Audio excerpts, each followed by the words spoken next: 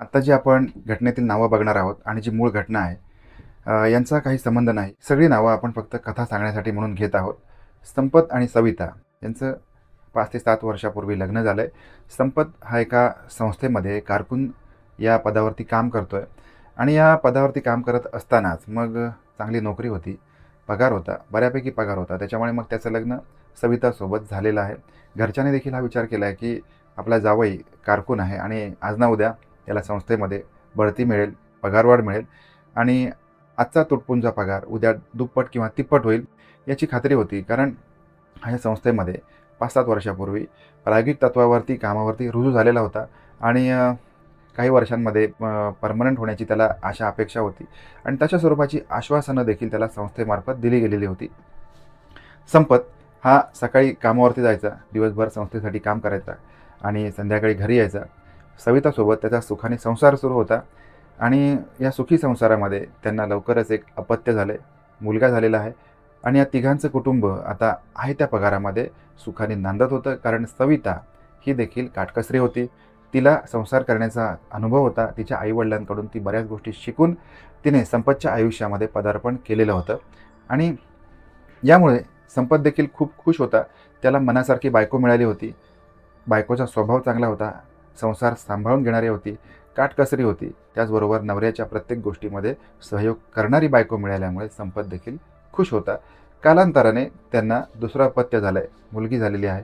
त्यांच्या आयुष्यामध्ये आनंद द्विगुणित झाला आहे. संपतला मुलीची आवड होती आणि म्हटल्याप्रमाणे त्याला दुसरी मुलगी देखील झालेली होती.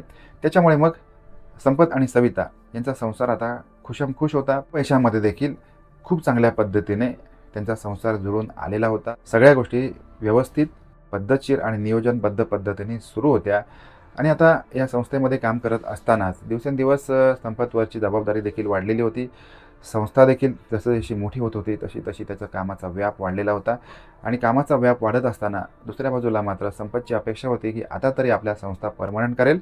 आपण किती दिवस असं तात्पुरत्या स्वरूपामध्ये संस्थेमध्ये काम करायचं असं त्याला वाटत होतं आणि याच्यामध्ये त्याची काय चूक होती. कारण जवळपास आता 10 वर्षापर्यंत कालावधी होत आलेला होता. त्याने या संस्थेसाठी आपल्या आयुष्याचा वेळ दिलेला होता. परंतु पगार देखील त्याचा तुटपुंजा होता. कमी पगारावरती तो त्या संस्थेमध्ये नोकरी करत होता. त्यांनी त्या संस्था चालकांच्या मागे किंवा ते जे व्यवस्थापक होते त्यांच्या मागे आता तगादा लावायला सुरुवात केलेली होती, की आता मला परमनंट करा, जेणेकरून आता माझा संसार देखील मोठा झालेला आहे. माझ्या संसारामध्ये 2 मुलं आहेत आणि त्याच्यामुळे मग आता तुम्ही मला जर का कायम करून घेतलं तर मात्र बरं होईल. अशी ती अनेक पत्र त्याने संस्थाच्या संचालकांना किंवा काही व्यवस्थापकांना दिलेली होती. त्याचबरोबर या भागातले काही पुढारी होते त्यांना देखील त्याने सांगितलेलं होतं, की काही करून तुम्ही या संस्थेमध्ये मला कायमस्वरूपी तत्त्वावरती नोकरी मिळवून द्या. त्याच्यामध्येच त्या संस्थेमध्ये एक व्यवस्थापक होते, विवाहित होते. त्यांचं वय वर्ष आहे 48.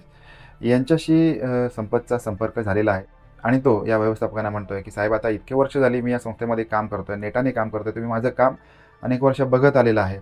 त्याच्यामुळे आता तुम्ही मला कायम करून घ्यायला हरकत नाही आणि तशा स्वरूपामध्ये तुम्ही काहीतरी करा. जर का काही पैसे भरावे लागले तरी देखील मी काही पैसे भरायला तयार आहे. पण तुम्ही कृपा करून मला या संस्थेमध्ये परमनंट करून घ्या, असं त्याने खाजगीमध्ये भेटून या व्यवस्थापकांना सांगितलेलं होतं. आता हे जे व्यवस्थापक आहेत, काही त्यांच्या सांस्कृतिक कार्यक्रमांच्या दरम्यान संपतला आणि त्याच्या संपूर्ण परिवाराला भेटलेले होते. त्यांना संपतच्या परिवाराची पूर्ण माहिती होती.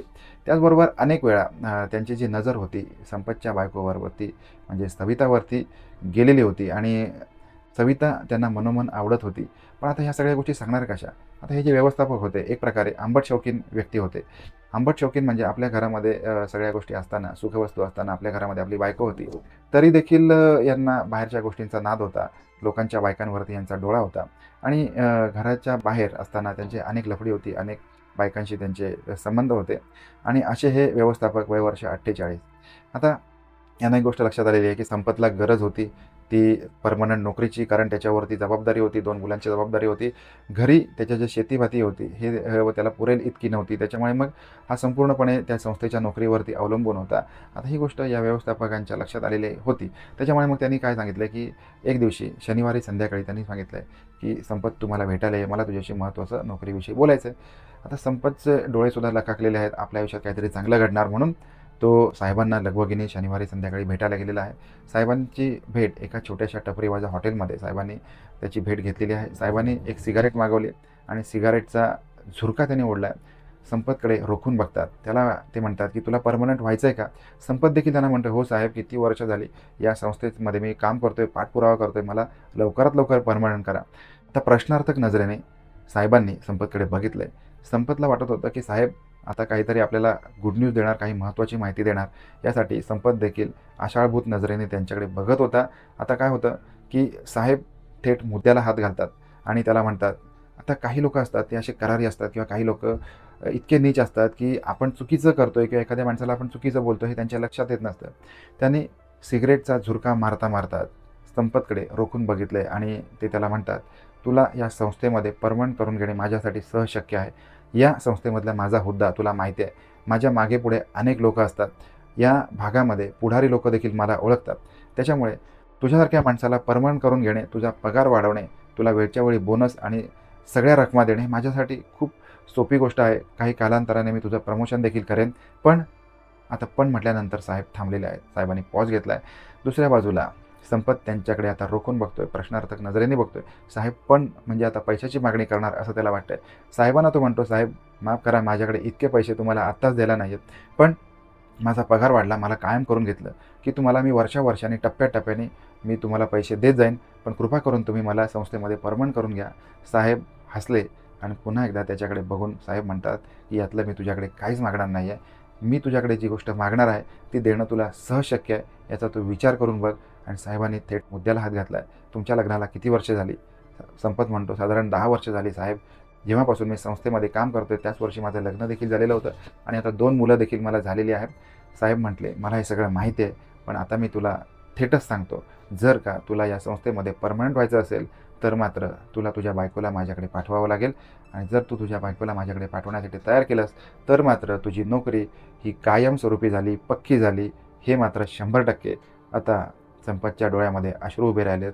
ज्या अर्धांगिनीवरती, जिच्यावरती आपण मनापासून प्रेम केलं, जिने आपल्या आयुष्यभर साथ दिली, तिला आपण साहेबांच्या सोबत झोपवणे हे त्याला योग्य वाटत नव्हतं. त्याच्या डोळ्यामधून घळाघळा अश्रू व्हायला लागलेले आहेत.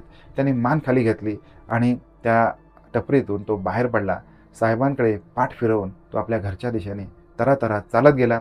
घरामध्ये गेला. त्याच्या डोळ्यामध्ये अश्रू उभे होते, वाहत होते.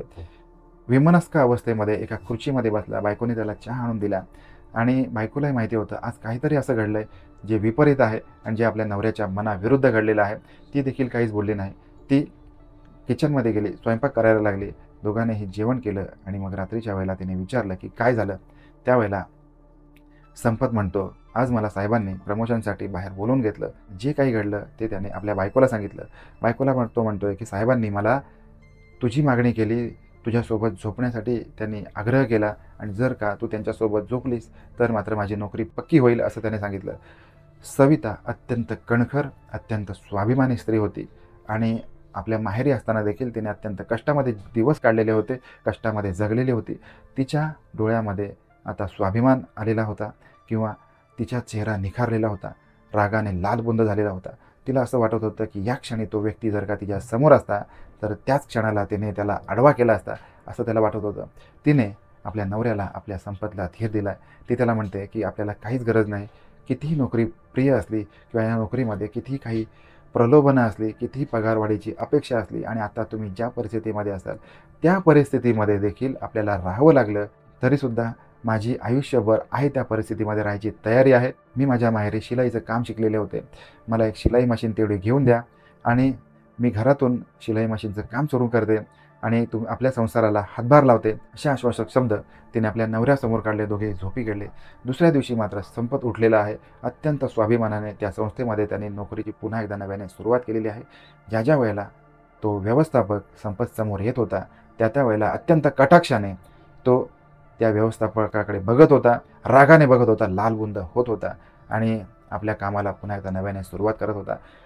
अशा ज्या रणरागिणी असतात त्यांना मी सलाम करतो. असे जे पुरुष असतात जे बायकांवरती वाईट लक्ष ठेवतात, वाईट नजर ठेवतात आणि एखादं काम करण्याच्या अपेक्षेमध्ये अशी काही वाईट गोष्ट त्या माणसाकडून घेण्याचा प्रयत्न करत असतात, त्यांना आपण सगळ्यांनी मिळून धिक्कार करूया. भेटणार आहोत आपण नवीन क्राईम स्टोरीमध्ये. तोपर्यंत काळजी घ्या. धन्यवाद.